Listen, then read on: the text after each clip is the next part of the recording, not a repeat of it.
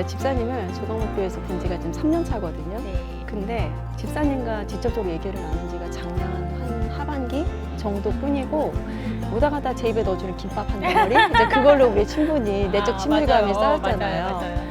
근데 아마도 저 같은 사람이 많지 않을까 싶어요. 항상 이렇게 잘 웃고 다니시고 다른 분들하고도 너무 스스럼 없이 대하지만 정작 집사님이 누구지? 라는 분이 계실 것 같아요. 그래서 혹시 그런 면에서 집사님에 대해서 간단한 소개 좀 해줄 수 있어요? 저는 그러니까 요 충인교회랑 유성교회가 합병하기 이전, 그러니까 즉 유성교회 완전 거의 초창기 멤버예요. 엄청 오래되셨네요. 네, 네. 제가 생기고 나서 아마 몇 개월 후부터 다니기 시작해서 계속 다녔고 중간에 살짝 2년 정도 이제 방황의 시기가 있었다가 다시 돌아온 이제 탕자거든요.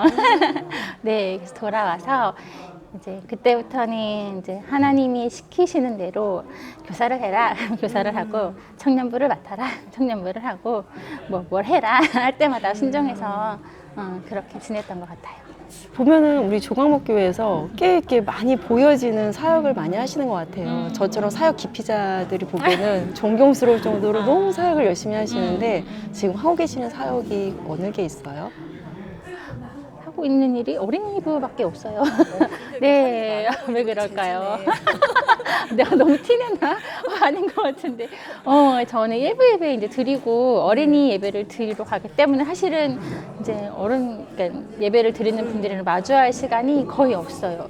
그리고 나서 이제 가지 예배를 드리러 가기 때문에 그래서 아마 저랑 접점이 더 사람들이랑 없기 때문에 모르시는 분들이 많을 것 같고 사실 최근에 네. 이제 일본 선교를 가는 거랑 네. 뭐 어린이부 뭐 봄 성경학교 막 이런 일들이 몇 개가 겹치면서 네. 좀 뭔가 뭘 하는구나 이게 좀 보여져서 두각을 드러내서 그렇지 저는 되게 조용히 교회를 다니는 스타일입니다. 그렇진 않아요.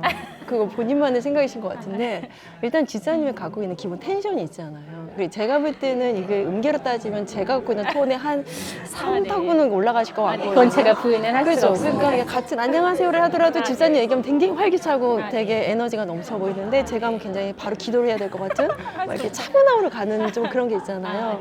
근데 제가 기억하는 집사님의 첫 기억은 간증이라 해야 되나요?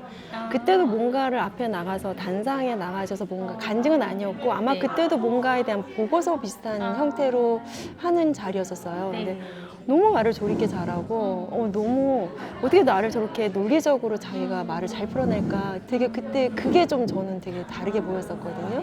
근데 그러고 나서 이제 오다 가다 사역을 보면 예를 들어서 예전에 그 출입국 쪽 있잖아요. 그 문제가 있었을 때도 집사님이 가서 이제 뭔가를 해결하시고 이런 걸 보면서 그러니까 오다 가다 보여지는 모습들이 저한테는 정말 사역을 하려고 하면 혹은 좀 교회에서 한 지체로서 한다는 게 저런 모습이 아닐까라는 생각을 개인적으로 좀 많이 했었거든요.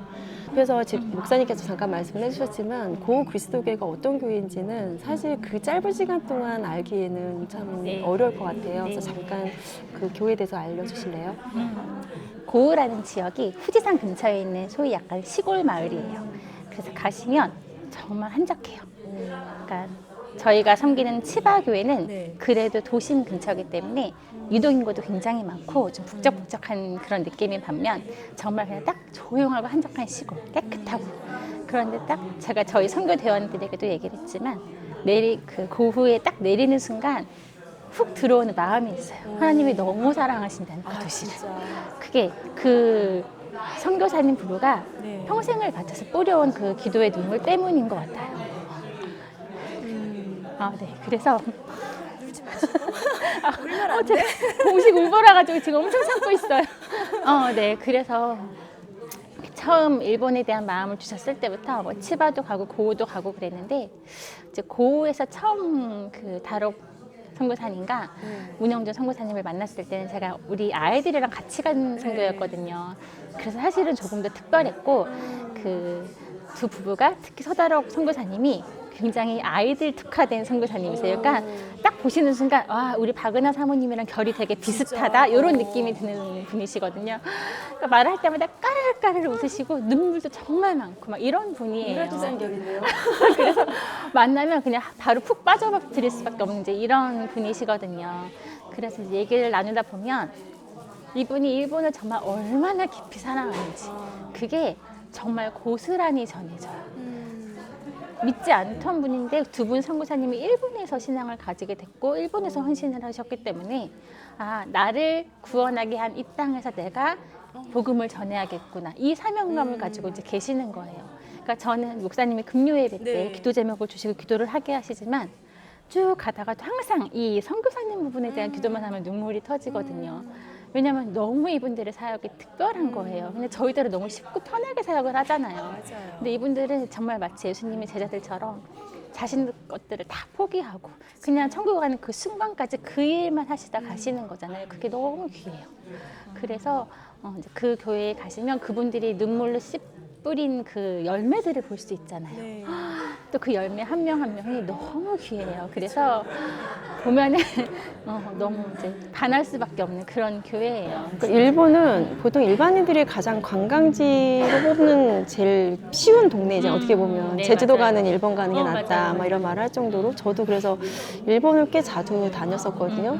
근데 그냥 그때는 그냥 제가 힐링하러 갔기 때문에 좋은 것만 보고 오잖아요. 근데 재작년에 남편하고 처음으로 둘이서 일본 여행을 갔어요. 근데 남편은 일본을 처음 가본 거죠. 아, 처음에는 농담 삼아 야 사무라이 돌아다니는 거 아니야 막 이런 말도 안 되는 막 그런 얘기를 했었는데 사실 남편이 저는 막 본인 스스로는 되게 신앙적으로 아직은 되게 어리다라고 표현을 하는데 그 어린아이 같은 시선이 있는 것 같아요. 그래서 같이 돌아오는 비행기에서 남편이 딱 그러더라고요.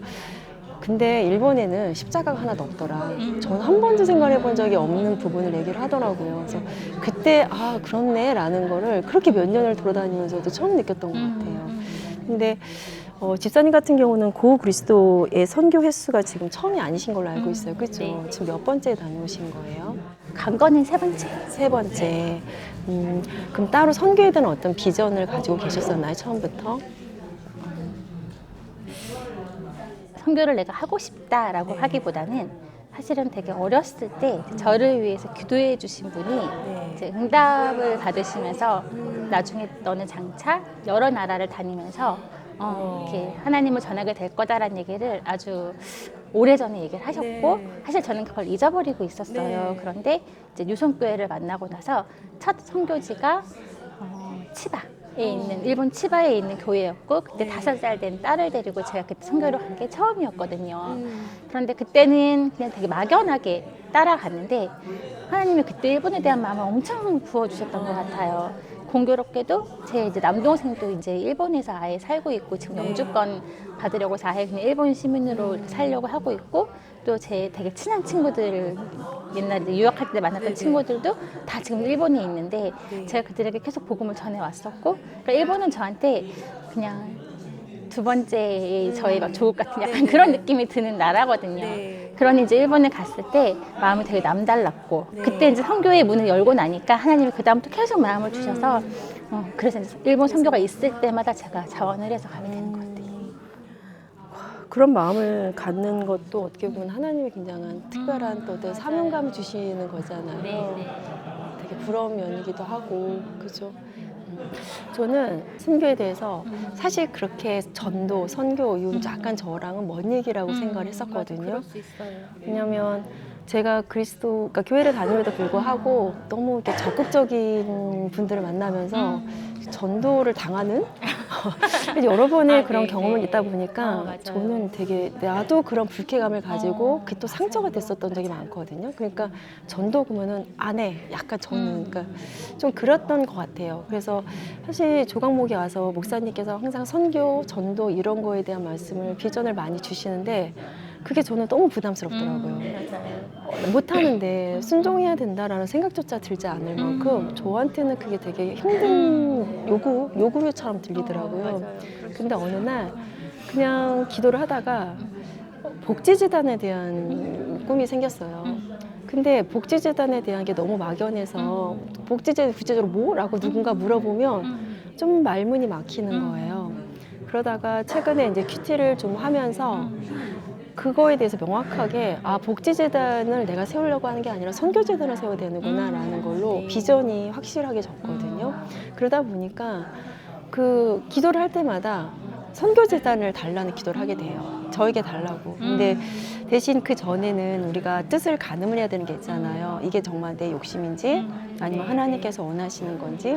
근데 분명한 거는 저는 하나님의 뜻이 이루어지고 하나님의 나라가 세워지는 선교 재단을 꼭 세우고 싶다는 욕심을 갖고 있어요. 그래서 이렇게 지사님처럼 저는 외국을 나가서 뭐 선교에 대한 어떤 비전을 본 건 아니지만 이번에 대만도 그렇고 이번에 선교사님들이나 아니면 이제 고우 선교를 다녀오신 분들의 어떤 후기를 보면은 한 번은 나가봐야겠구나라는 생각을 하게 되더라고요. 참 귀한 마음 같아요. 그리고 가기 전에는 모르는 것들을 가면은 뭔가 맞아요. 답을 찾는 여정이 또 되지 않을까라고 생각을 합니다. 가셔서 당연히 많은 은혜를 받으시고 또 우리가 계획하지 않은 일 속에서도 하나님이 함께 하시는 걸 많이 경험하셨을 것 같은데요. 그럼에도 참 힘들었다라고 하는 혹시 그런 에피소드가 있을까요? 사실 생각을 굳이 해야 될 만큼 힘들었던 기억이 없어요. 아, 진짜요? 왜냐면 이번 선교는 처음부터 이제 하나님이 너무 그 준비하신가 계획하심을 그 어느 때보다 확신을 하고 갔고 또 제가 다른 때보다 기도부터가 정말 많이 하고 갔어요. 여기저기. 왜냐면 혼자 가는 게 아니라 뒤에 든든한 기도의 후원이 없으면 이거는 가서 다 넘어지는 게 뻔하기 때문에 이제 제가 처음 선교를 갈 때는 이런 걸 어디 얘기를 기도부터 할 데도 없었거든요, 사실은. 근데 이제 교회가 많이 잘하고 여기저기 기도해 주시는 분들이 많고 먼저 물어봐 주시는 분들이 많았기 때문에 제가 그분들에게 정말 사실은 일본에서도 그때마다 다 말씀을 드렸어요. 중보기도팀에 저희 지금 이제 이거 합니다. 기도해 주세요. 오후에는 이런 일 합니다. 기도해 주세요. 실시간으로 다 말씀을 드렸고 그분들이 그때마다 기도해 주시는 걸 온몸으로 다 느끼고 있었어요. 그렇기 때문에 보통 선교지에 가면 격렬한 영적 전쟁이 있어서 여기서 멀쩡한 사람들이 이상해지기 일쑤거든요. 갑자기 이 사람의 본성과 무의식에 막 튀어나와서 싸우는 거, 틀어지는 거, 막 아무것도 아닌 일 가지고 막 문제가 너무 많이 생기는데 저희는 그런 게 하나도 없었어요. 정말 서로 누가 조금 안 좋을 것 같다 심지어 막 그런 상황마다 오히려 더 사랑해주고 더 섬겨주고 이러니까 기쁨이 넘치고 감사가 넘치고 심지어 나중에 저희끼리 웃으면서 야 마귀가 우리 건드릴 게 없으니까 몸밖에 못 건드린다 아프게만 하는구나 이러면서 웃을 정도로 되게 감사와 기쁨이 넘치는 선교였어요. 오, 진짜 은혜가 정말 네 너무 특별한 맞아요. 근데 이거는 들어서는 잘 모르는 것 같아요. 맞아요. 그냥 상상만 하는 거지. 느끼지. 맞아요. 그냥 좋았겠다, 부럽겠다 말하는 말 말고는 네. 뭐 딱히 리액션을 할 만한 게 없는 것 같아요. 맞아요. 이게 현장에서 느낄 수 있는 그쵸. 맞아요. 그러니까는 다녀오신 분들은 되게 은혜도 충만하고 말만 해도 막 서로 눈빛만 해도 막 눈물이 막 그렁그렁하고 이런 걸 제가 최근에 많이 보는데 그거는 아마 현장에서만이 가진 또 특별한 축복이 아닐까 싶어요. 네, 맞아요. 근데 겉에서 보는 거 죄었겠다, 부럽다, 막 이런 거는 약간 너무 형식적인 리액션이 되지 않을까 좀 그런 생각을 하게 됩니다. 가장 기억에 남는 이건 정말 하나님이 아니시면 안 됐었다라는 걸 뽑으신다면 어떤 걸 말씀할 수 있을까요? 사실 다 그렇겠지만 네. 저희 선교 대원들 중에서 선교를 경험해 보신 분은 이제 저희 엄마 양정희 권사님, 그다음에 성복 권사님, 그다음에 이제 이효림 집사님이 저랑 한번 다녀왔고 사실은 이제 그게 다였고 나머지 세 분은 처음이셨고 근데 심지어 이제 몸도 막 다 안 좋고 이런 상태에서 갔는데 사실 그 중에서 저는 좀 특별한 한 분을 꼽으라고 하면 성복 권사님을 꼽고 싶어요. 왜냐하면 중국에서 오자마자 교회 등록도 안 한 상태에서 합류를 하셨거든요. 그러니 그 약간 불안함과 어색함이 얼마나 크셨겠어요. 심지어 본인이 가겠다고 하신 게 아니라 장로님이 당신 갔다 하고 명단에 넣으신 거거든요. 진짜로. 그러니까 처음에는 엄청 원망을 하셨는데 순종을 하신 거예요. 그게 참 쉽지 않은 거예요. 쉽지 않은 정도가 아니라 저 같으면 내가 이랬을 맞아, 것 같아요. 맞아요. 그런데 그걸 순종을 하신 거예요. 밤마다 저희가 자는 시간을 쪼개서 권사님의 막 간증들을 들으면서 하나님이 이 가족을 왜 이렇게 사랑하시고 축복하시는지 너무 알겠는 거예요. 왜 권사님을 보내셨는지도 너무 알겠고 무엇보다 지금 이제 마지막 때가 돼가면서 일본과 중국과 한국 이 세 나라의 같이 연합이 너무 중요한 때인데 일본 땅에서 한국 사람이 가서 중국 사람을 전도해 온 거예요. 말이 안 되잖아요. 그 고흐에 있는 야마나시 대학에 성복 권사님이 가셨는데 중국인 유학생이 너무 많은데 그들은 외롭잖아요. 타지 생활을 하면서. 권사님이 가서 중국어로 말을 거니 얼마나 좋겠어. 다 따라오는 거예요. 권사님이 안 갔으면 있을 수가 없는 일인 거예요. 그래서 그날 거기서 이제 다 같이 모여가지고 교제를 하는데 여기서는 중국어를 하고 여기서는 영어를 하고 여기는 일본어를 하고 여기는 한국어를 하는데 정말 다락방이 생각났을 것 같아요.